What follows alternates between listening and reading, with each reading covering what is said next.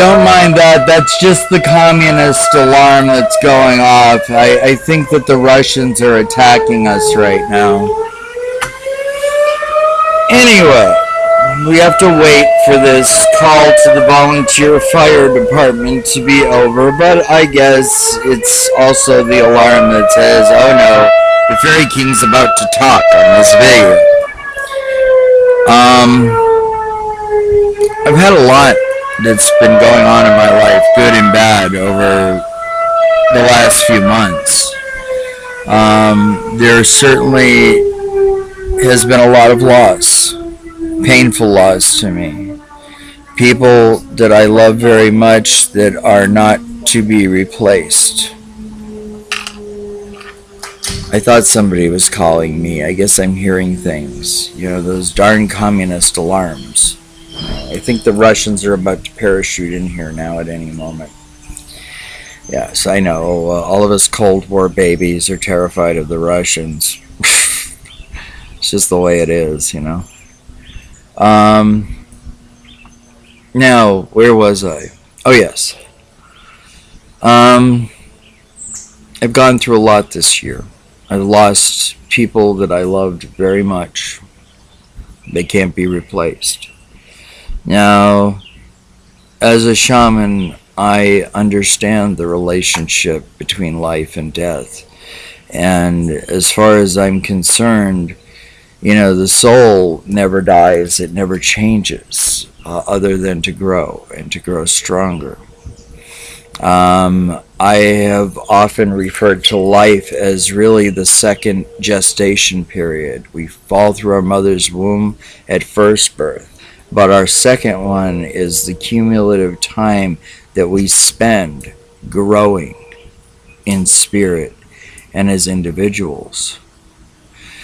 And in the end, when it's all over, we go through the womb of Mother Gaia, so to speak. You know, that light that they talk about in so many different books, sacred texts and things. I think it really is not such a mystery as to what God or the divine is. It's that collection of all of these light-bearing molecules that are in us and a part of the universe and everything else. So we are a part of this big collective, you know, and I do have my view. I don't believe in a hell per se, but I think that if you don't devote yourself to more positive aspects and energy and life, that when your soul is transported from your body, that if you have lived a life in unhealthy chaos, and if you have been baneful and harmful in your intent, you know, what is there within your soul goes to, you know, a little chaotic point in the universe. And so I guess in that sense I do believe in a type of hell. And so it's important, you know, it's like I realize that it's tantamount to heresy as somebody who was raised Buddhist saying this, but, you know, I've never completely been sold on the idea of reincarnation. I think that through our DNA, we have a lot of collective memory from, you know, our ancestral experience, and perhaps those that think that they were burned at the stake, you know, in the 1500s or something, perhaps they were there witnessing their sister or their brother going through this. And like ducks that, you know, come out of the egg and they're flopping around, and the first thing that they see that's living, they imprint. That becomes mama. You know, it's just a thought that I have. And, you know, it's... I try not to get too wrapped up in, you know, understanding it. I accept death as a part of the living process. It's something that we all have to deal with. But as far as the memory that our DNA carries, you know, there is a part of us that is thousands of years old. And when Anotaki did a DNA activation on me last year, it was later on that night I picked up a hand drum for the first time. And perhaps, some of that was, with the Sami, there are some pretty phenomenal drummers in that aspect of my ancestry. Of course, the Congregationalists and the Lutherans had them burning their drums. And, it's, I don't know. I guess there are a lot of things in my heart and spirit I know shall hold truth. And, I just, perhaps there is such a thing as reincarnation. Perhaps the soul is recycled and we come into, human form over and over again. Or in the case of Dick Cheney, if there is reincarnation, he is certainly going to come back as a cockroach. It's the law, okay? And yes, I know I have a fixation when it comes to Dick. Okay? So, I just roll with that. I try to deal with it. But I don't like him at all. Never will. And you look at that whole other thing of the well of souls that we're a part of in this earth, and they talk about how we're all part of the same being, the same entity, God, if you will, which means that all of us are related to even people like Dick and Rush and Sarah and Michelle.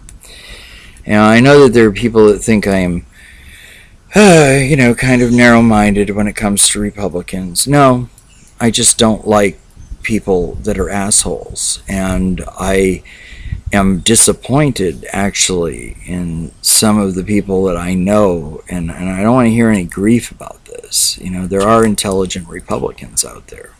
They just are very quiet. And what they're doing is they are allowing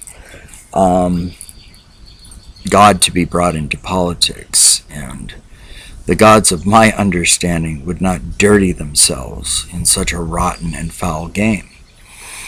But this gets into something else that I have really been thinking about lately.